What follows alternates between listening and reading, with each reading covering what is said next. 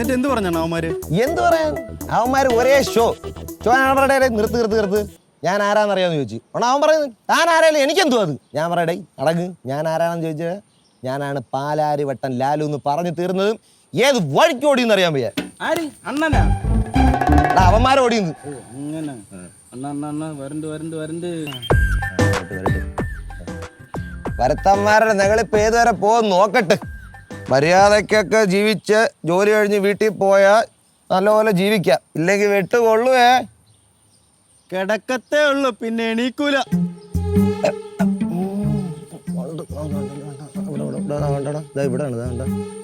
ഇവിടുന്നാണ് ഇങ്ങനെ പോയത് കേട്ടോ.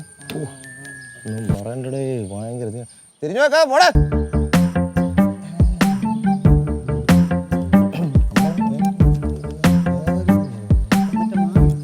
കുടുംബമായിട്ട് ജീവിക്കണേ, മര്യാദ ജീവിച്ചോണം, ഇല്ലെങ്കിൽ എടുക്കുവേ.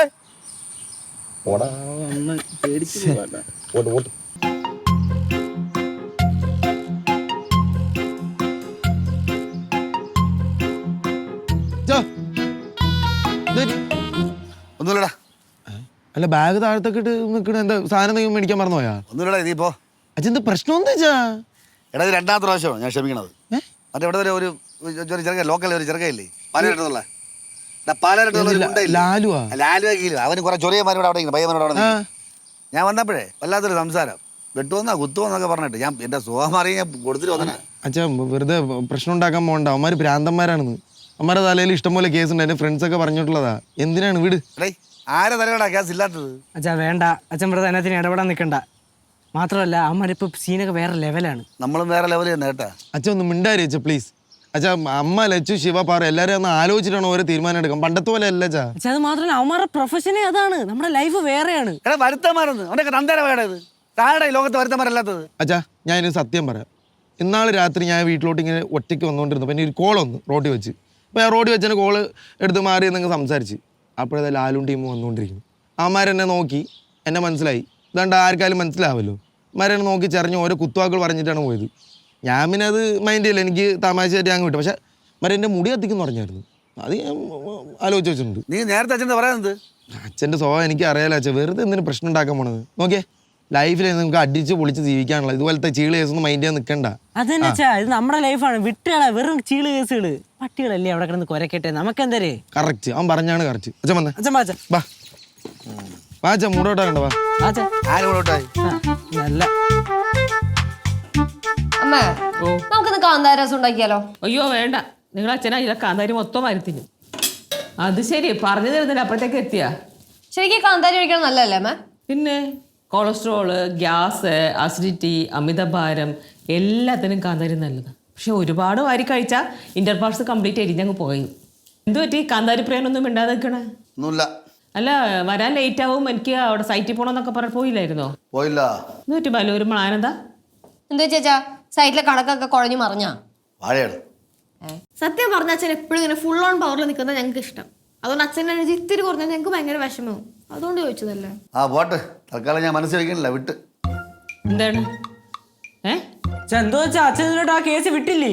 എന്താ പ്രശ്നം? എന്താ പ്രശ്നം? ബാലേ പറ, എന്താ പ്രശ്നം എന്ന് പറഞ്ഞേ. ഒന്നും മിണ്ടായില്ല ഇവിടെ. ദേഷ്യം ഇതുവരെ മാറിയിട്ടില്ല കേട്ടാ.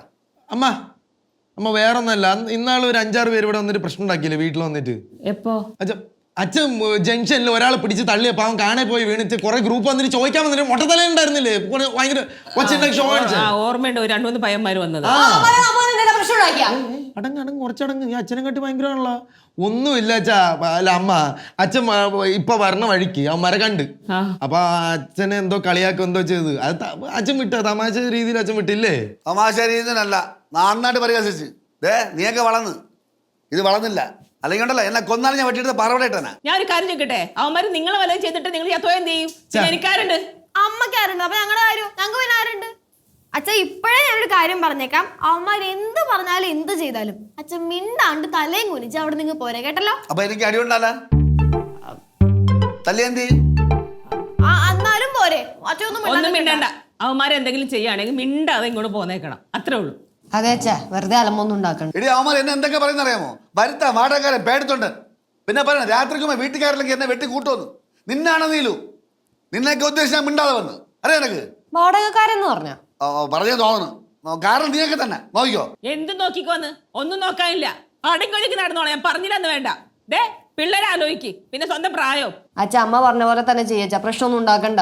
പ്ലീസ് അച്ഛാ, നമ്മളായിട്ട് ഒന്നിനും നിൽക്കണ്ട. കേട്ടിട്ട് എന്നെ പേടിയാവുന്നുണ്ട്, അതുകൊണ്ട് പറയുന്നു പ്ലീസ്. നമ്മളാരും ഒന്നും ചെയ്യില്ല മക്കളെ. നമ്മളെല്ലാവരും സ്നേഹത്തോടെ പെരുമാറണേ. ആ തന്നെ മക്കളെ, വാ നമുക്ക് അവിടെ പോയത് കണക്ക് നോക്കാം. വാ വഴക്കിലും നമുക്ക് വേണം. ഓ, ഒരു വിധത്തിൽ ഒന്ന് തണുത്ത്. അമ്മ അച്ഛനെ അവന്മാരെ കളിയാക്കിയത് അച്ഛന് നന്നായിട്ട് ഫീൽ ആയിട്ടുണ്ട് കേട്ടോ. അച്ഛന്റെ പഴയ സ്വഭാവം എങ്ങനെ ആയിരിക്കണം. ഇപ്പൊ എല്ലാം ഹോസ്പിറ്റലിൽ കിടന്നേനെ അച്ഛൻ നന്നായിട്ട് പ്രതികരിച്ചേനെ. ഇപ്പോഴും പ്രതികരിക്കും. പിന്നെ പാവ നമ്മളെ ഓർത്തിട്ടാണ്. എന്താന്ന് നിർത്ത്, അച്ഛൻ നിർത്തി വിട്ടില്ല, പിന്നെ എന്തോ ഇതിനെ കുറിച്ച് ചർച്ച പോയി. അതങ്ങ് വിട്, വേറെ കാര്യം നോക്ക്.